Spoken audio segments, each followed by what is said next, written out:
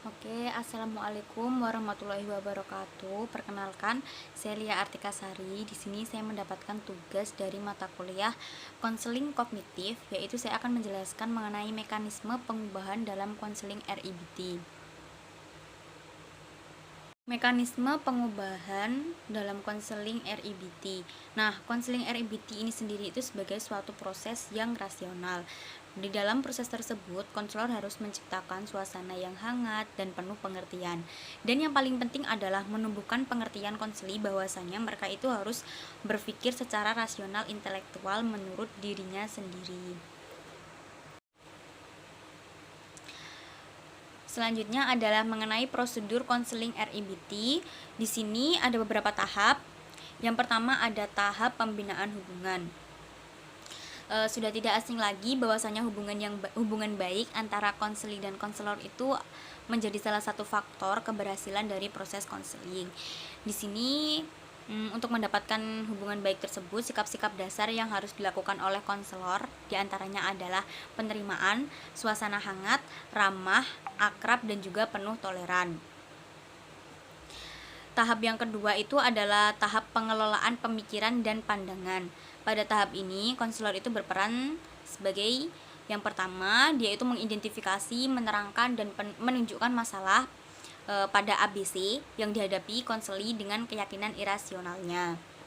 Yang kedua, konselor itu mengajarkan dan menjelaskan mengenai teori ABC. Yang ketiga adalah mendiskusikan masalah. Yang keempat adalah menerapkan berbagai teknik debat dan disput. Tahap yang ketiga adalah tahap pengelolaan emosi dan afektif. Setelah tahap yang kedua tadi, di sini konselor lebih memusatkan kepada untuk menggarap emosi dan juga afeksi dari si konseli. Di sini peran yang dilakukan oleh konselor antara lain, yang pertama dia itu meminta kesepakatan penuh kepada konseli atas arah perubahan dan perubahan-perubahan kecil yang telah terjadi pada diri konseli. Yang kedua adalah memelihara suasana konseling. Maksudnya memelihara suasana konseling ini agar tetap terjadi kedekatan antara konselor dan konseli, seperti menggunakan teknik humor seperti itu. Yang ketiga adalah melaksanakan teknik-teknik relaksasi seperti pelenturan otot, mengheningkan cipta, dan sebagainya. Tahap yang keempat adalah tahap pengelolaan tingkah laku. Nah, di sini yang dilakukan konselor antara lain, yang pertama adalah menganjurkan klien atau konseli untuk berbuat dan memberikan nasihat kepada si konseli. Yang kedua adalah menunjukkan contoh perilaku yang cocok atau pantas dengan teknik modeling, serta mengajak si konseli tadi untuk mengikuti contoh tersebut. Yang ketiga adalah mengajak konseli dalam latihan-latihan keasertifan.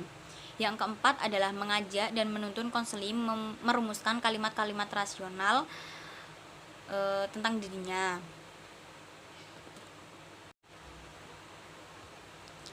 Selanjutnya adalah teknik-teknik dalam konseling RIBT.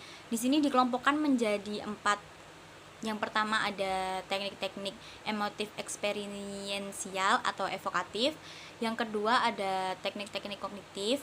Yang ketiga ada teknik-teknik behavior. Dan yang keempat ada teknik-teknik counter conditioning. Teknik-teknik emotif eksperiensial atau evokatif. Yang pertama adalah teknik assertive training, di mana contohnya ada siswa pemalu di kelas. Siswa tersebut diminta untuk latihan berdiri di depan kelas. Bisa juga dia diminta untuk memimpin sebuah diskusi atau memimpin sebuah kelompok. Yang kedua ada teknik sosiodrama. Teknik ini tuh digunakan untuk mengekspresikan perasaan-perasaan yang dialami oleh konseli, terutama perasaan yang negatif, melalui sebuah suasana yang sudah didramatisasikan, sehingga konseli itu dapat bebas mengungkapkan perasaannya. Yang ketiga adalah teknik self modeling. Di sini tuh konselor meminta konseli untuk berjanji dan mengadakan sebuah komitmen untuk menghilangkan perasaan atau perilaku tertentu. Yang keempat ada teknik imitasi, yaitu teknik yang digunakan di mana konseli itu diminta untuk menirukan secara terus-menerus suatu model perilaku tertentu dengan maksud untuk mengkonter perilakunya sendiri yang negatif. Teknik-teknik kognitif. Yang pertama ada teknik persoalan keyakinan yang tidak rasional. Di sini itu teknik ini membantu konseli untuk merubah keyakinannya yang tidak rasional menjadi keyakinan yang lebih rasional. Yang kedua adalah mengerjakan homework behavior kognitif.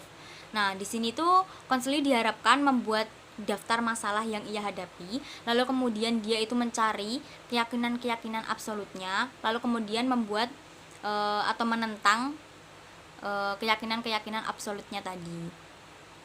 Yang ketiga adalah mengubah bahasa seseorang, seperti contohnya kalimat seharusnya, sebaiknya itu dapat digantikan dengan lebih daripada, aku akan kurang baik sekiranya, seperti itu. Yang keempat adalah menggunakan humor. Nah, teknik ini itu sangat berharga bagi konseli untuk membantunya lebih santai dan juga tidak menganggap terlalu serius masalah yang dihadapinya. Teknik-teknik behavioristik.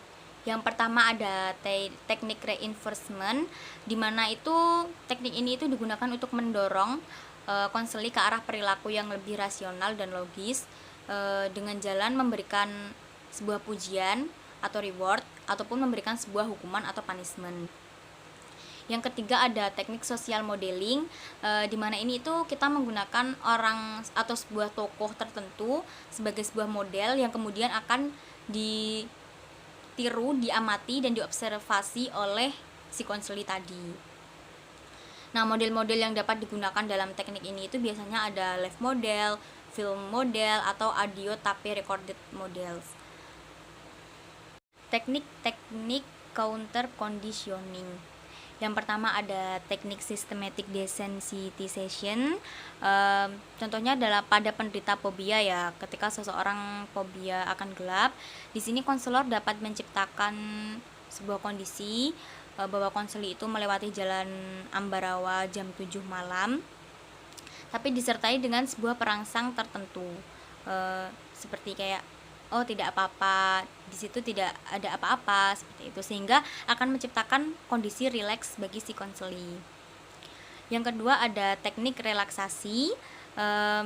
Teknik ini tuh biasanya dilakukan ketika kondisi klien itu pada tahap disputing, agar konseli tadi dapat rileks kembali dan mengurangi ketegangan dalam dirinya. Yang ketiga adalah teknik self control. Teknik ini itu digunakan untuk mengidentifikasi perilaku klien atau konseli dengan jalan membangkitkan dan mengembangkan kontrol dirinya. Baiklah, terima kasih teman-teman. Sekian penjelasan mengenai mekanisme pengubahan dalam konseling RIBT. Apabila ada kalimat yang kurang berkenan di hati teman-teman, saya mohon maaf. Saya akhiri. Wassalamualaikum warahmatullahi wabarakatuh.